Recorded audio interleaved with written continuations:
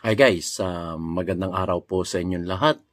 Ito na naman pong muli ang inyong lingkod, si DIY KKB Informative. At ang ating matutunghayan po ngayon ay ang mga logo designs ng ating Pinoy Survivor Community. So yan po ang, makikita nyo dyan yung number 1, yung number 3, at yung number 9. So, meaning to say, ito yung top 3 na sinasabi ni Sir Dado ng Pinoy Survivors na ating pagpipilian, pagbobotohan, kung sino yung majority wins, di ba? So, doon tayo susunod kung sino yung mananalo dito sa tatlong entry na to ng mga designs para sa mga community ng Pinoy Survivors. So, ayan. Gagawin po ito ni Miss Leng Valdez. Sa kanya na yung printing, gano'n. So, pag natapos to, nakapagbotohan na tayo dito.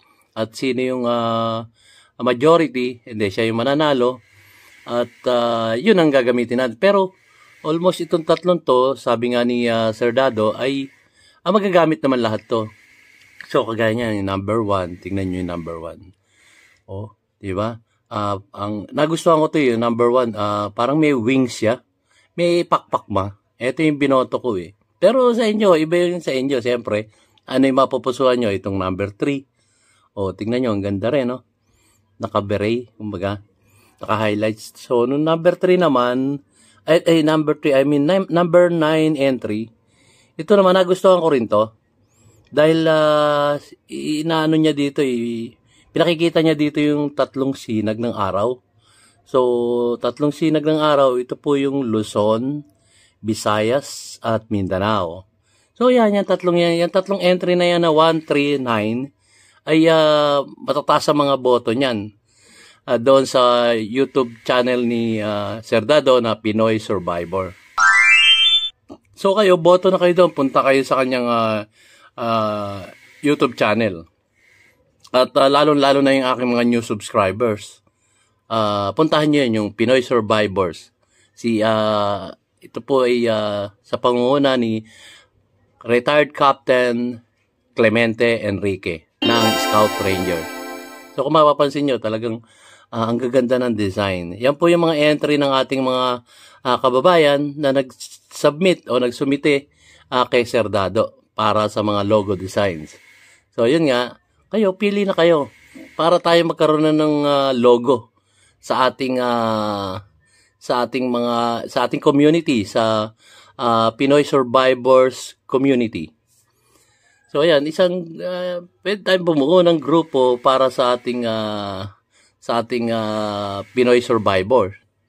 So hindi ko pa siya nakakausap kung gaano nakalaki yung populasyon, ganon. Pero ina-express lang naman natin dito kung ano yung ating damdamin. Hindi naman tayo yung lumalaban sa gobyerno. Hindi po. Ina-express natin yung ating mga damdamin. So, itong grupong to,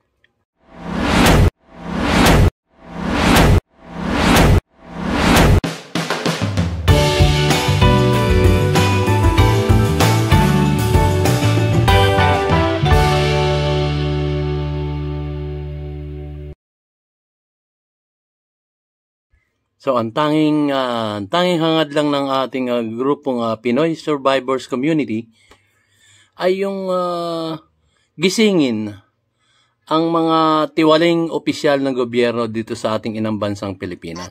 Di ba? Napakaganda nun. Hindi tayo directly kumakalaban sa kanila, kung hindi kumakatok ba? Tok, tok, tok, tok, tok. Parang manok kumakatok tayo sa kanilang mga puso't damdamin na, oy, mali na yung inyong ginagawa. Baka namang pwede nyong ayusin. Yun. Ganun po. Yung parang wake-up call. Wake-up call para sa ating mga nanunungkulang opisyalis ng gobyerno sa ating inang bansang Pilipinas. Ganun po ang mga komunidad sa ating Pinoy Survivors Community. So, yun. So, pili na kayo. 1, 3, 9. Yan po yung mga top kasi. Mga top votes sa kanyang YouTube channel, Pinoy Survivor. So ako lang, sa akin lang medyo na na ano ako dito eh. Na starstruck ako dito sa number 1 kasi meron ngang wings sa kaliwat kanan. 'Di ba? Ganda niyan. So, pwede rin naman tong number 2. Ayan, parang hinighlights na dito yung beret, yung sombrero. Kitang-kita. So, ito naman number 3 nga, inulit ko, yun nga, may tatlong siyang, nakikita ko dito, may tatlong sinag ng araw. Pinakikita lang dito yung parang sa bandila natin, di ba? Meron siyang 3 stars naman. 3 stars na Luzon, Visayas, at Mindanao. Ito naman, ang tingin ko sa design na to, meron siyang sinag ng araw eh. Hindi ko malabo mata ko eh. Basta meron siyang na-highlights dito sa ibabaw na pinakikitang ito yung Luzon, Visayas, at Mindanao. So, yun guys. So, magaganda naman. At sinasabi nga ni Sir Dado na tayo pwede kayong bumoto. Pwede kayong bumoto sa kanyang cellphone number at doon sa kanyang Facebook account na Dado G. Enrique sa Facebook account niya. Mabuto lang kayo. At hindi naman tayo nag-ano kundi pinahayag lang natin yung ating freedom of expression. Hindi tayo kumakalaban sa gobyerno kundi pinakikita lang natin kung ano yung nararamdaman natin sa kasalukuyan. Yun po ang tanging hangarin ng ating community dito sa Pinoy Survivors. So yun po. Boto na kayo, maganda yan. No? Tapos, ang naatasan niya ay si Miss Leng Valdez, if I'm not mistaken. At siya yung gagawa ng mga design at titignan nila kung pwede ba yung beret, pwede yung t-shirt, pwede yung hoodie jacket na ilalagay dyan.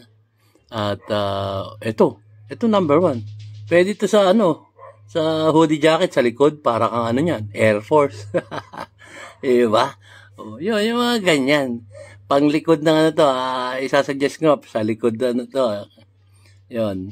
Sa likod ng hoodie jacket. Kasi malamig sa Baguio, guys. Kaya may pangkaraniwan hoodie jacket sila doon. At yung mga call center agent, kagaya ko, naka-hoodie jacket din ako noon pagka kayo papasok sa call center kasi sobrang lamig po sa loob ng call center site. Ayan. So, yung mga kapwa ko call center agent, pwede to. Boto na kayo. At makikita nyo naman ang mga design. Lahat naman talaga magaganda. Iba na lang yung inyong mapupusuan dito. Yung pagtingin nyo, uy, mas maganda tong number 9. Or, uy, mas maganda tong number 3. Uy, parang gusto kong maging Air Force. Yung number 1. Ayan. So, pili lang kayo guys at iano na nila eh. Kumbaga, ipa-finalize na nila ang mga designs na to. So, kung medyo hindi kayo, hindi nyo naintindihan yung aking paliwanag, puntahan nyo yung YouTube page or YouTube channel ni Sir Dado na Pinoy Survivors. At wag nyo rin kalimutang mag-subscribe sa kanya. Marami kayong matututunang aral sa bawat video niya doon. So, yan lang po guys So, ito na po. Pakita natin kung ano yung paliwanag ni Sir Dado, si ating Kapinoy Survivor. Kung ano itong logo design na to. So, ito po. Pakita ko na. Magandang hapon, tanghali, at gabi sa inyong lahat, mga kabrigadang Pinoy Survivor. Boto muna tayo. Boto para matapos na ito. Pumayag na si Leng Valdez. Maraming salamat, Leng, ha? Maraming salamat. Sa mga magbo-volunteer, advance na maraming salamat. So, imbis sa top 5, top 3 na lang dahil sa malinaw namang malayo ang lamang. Itong tatlo na ito lumalabas. Entry number 1, number 3, and number 9. So, what I want to do now is for you, mga Kapinoy Survivor, boto lang kayo. Boto. Pili kayo kung alin lang dito sa tatlo. Gusto kong ma-determine kung ano yung pinaka number 1 and hanggang number 3. Para 1, 2, 3, no? Para alam nila Leng kung ano yung ano. Lahat naman niya magagamit kung ano yung mapiprint, pero lahat naman niya magagamit. Tapos no na yung 7, maraming salamat dun sa 7 pang entry. Meron kayong consolation prize for the attempt. And itong 1, 2, 3, 3,000, 2,000, and 1,500 ang price. So, kailangan ma-determine natin anong order para malinaw na malinaw. And kung 3 na lang, panibagong botohan. Clean slate muna tayong lahat. Clean slate, 0-0 ulit. And if there are 37,000 no pas, 37, ganun na yata. So at least marami-maraming boboto, no? Kesa yung dati. Marami-maraming boboto ngayon. And makikita kung ano yung clear na 1, 2, 3. Okay? So, yun, boto muna. Boto muna tayo. At mamaya ako magbablog. Nagbabantay ako ng tuta ngayon eh. Iniisip ko, tapusin na natin itong logo. At meron tayong time. Ano ba ngayon? February, saktong-sakto, kahapon 12. 4 months to June 12. 4 months, 4 na buwan. Kayang-kayang hintayin na yan. Chill lang tayo. Pirma lang ng pirma dun sa manifesto. Yung gustong pumirma, pasok lang kayo dun sa sa link, no? Dun sa mga Facebook, dun sa Facebook ko. Dado G. Enrique.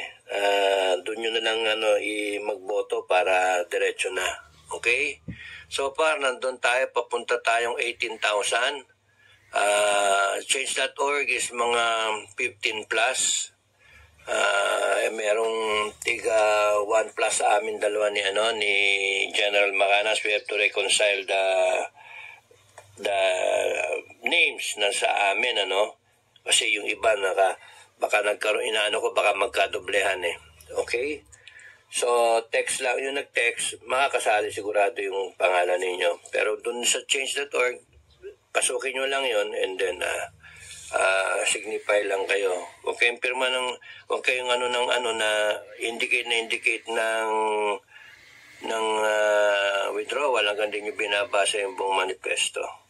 Okay? So, again, democracy, majority wins. Kung papunta pa lang 20,000, si BBM ang presidente ng karamihan. Ganun lang yon. Okay, mamaya magbablog. So ngayon, boto muna. Pagpipilian nyo, entry number 1, entry number 3, or 9. Okay? Bahala na yung ating committee under Leng, tsaka yung magwa-volunteer, sila mag-determine kung kung ano yung mga tawag doon, medium ba, beret o whatever, hoodie, t-shirts, jacket. Pwede naman mag-run tayo ng survey about that. Isang video ulit para alam nila Leng kung ano yung tatahakin nila or kung lalahatin nila kung ano yung magnitude ng manpower nilang kailangan. So they can, anyone can volunteer, so they can organize. Suporta lang. As I said, yung bulk niyan ay pupunta, anong bulk? Yung tawag dito,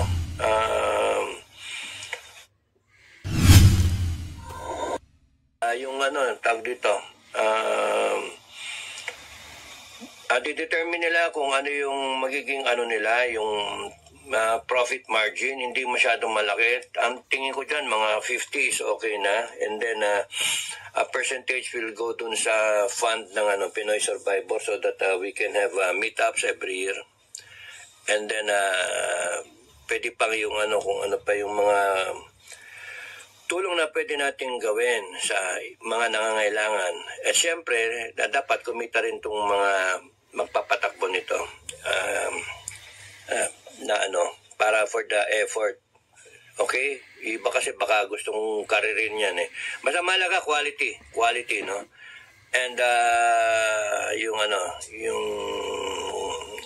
quality control. Quality nung mga gagamitin na mga inputs, mga materyales, and then pagka-printing, quality yung yung proseso, and then yung pagpapadala, yung packaging. Bago i-package at padala sa mga order ninyo, quality control para walang samaan ng loob. Okay? So ang suggestion ko nga yung in-country in-country, kung kunyari yung mga nasa abroad, in-country, may mag-volunteer sa US, may mag-volunteer sa Europe, sa UAE, sa Hong Kong, anywhere, may mag-volunteer doon para ipapadala lang yung yung format, tapos i-print. Ayun na. May nagka-extra business pa yung tao doon. Basta huwag nyo tutubuan ng malaki para hindi naman masyadong mahal doon sa mga kasama natin. Okay, dahil ko na sinabi, nakapili na ba kayo?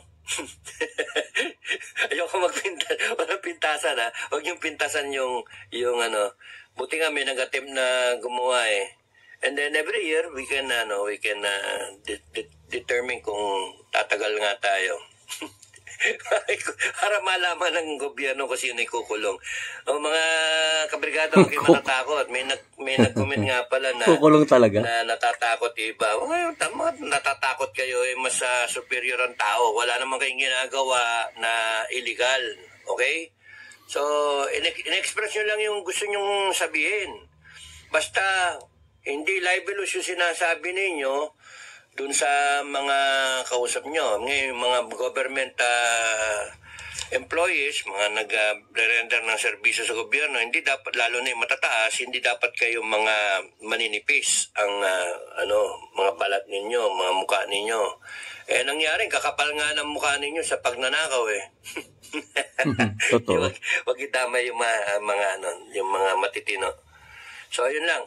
May ako magbablog. Bantay-bantay ng tuta. Maingay. Sa ngayon, natutulog sila. So, inuna ko na to para okay na tayo. Okay? So, lahat yan, kasali na yan. Lahat na yan, awardee. Ang dinidetermine natin ngayon, which is the priority. And second priority and the last priority. Maraming salamat sa inyong lahat. Boto lang kayo. Boto kayo Dito sa comment section kayo magboboto sa vlog nito. Okay? Pili lang kayo ng number, yung pinaka-the best na inyong gusto. So, para lumitaw. Yung di makadecide, pwede nyo indicate yung 1, 2, 3, 1, 2, 3, yung number 1, yung number 2, yung number 3. Kung hindi kayo makadecide, yung priority ba. Ngayon, yung gusto lang na ang iboto, ang isa, yung A, B, C, iboto nyo yung B, o iboto nyo yung C, o iboto nyo yung A, nasa sa inyo yun. Ang sa akin, itatali naman yan lahat nila Leng Mag-allocate ng points para malinaw. Okay? So, yun lang. Maraming salamat sa inyo lahat. Thank you sa suporta. Maraming salamat sa pagpapakinig. At yung mga bagong subscriber, thank you for subscribing. Malaking bagay. Maniwala lang kayo sa sarili ninyo. Maniwala kayo sa Pilipino. Maniwala kayo sa na tayo ang tumatahak at magdadala sa bansa natin. Walang ibang tao. Wag nating iasa basta-basta lang dun sa mga binoto ninyo. Pagkatapos ng boto, palpak na sila. Mayabang na, arrogante na. So pag kami mali, tumayo kayo. Ako, tatayo ako. So, ang in-expect ko, lahat tayo. Okay, maraming salamat sa inyo lahat. God bless everyone. Like, share, subscribe. So, yun lang po guys at medyo nagkaputol-putol yung aking video. Maiksi lang kasi video ni Sir Dado ng Pinoy Survivors. So, hanggang dito lamang po guys at maraming salamat po muli sa aking mga viewers at lalong-lalo na sa aking mga subscribers na patuloy na sumusuporta sa ating YouTube channel, DIY KKB Informative. At maraming salamat po sa mga new subscribers ko. Binilang ko po. Araw-araw ko pong binibilang yung mga new subscribers ko. Umabot siya simula kahapon hanggang ngayon ng 130. Salamat po sa inyong lahat. Maraming salamat po. Ako'y sumasaludo po sa inyong lahat. So, thank you very much guys and see you on my next vlog.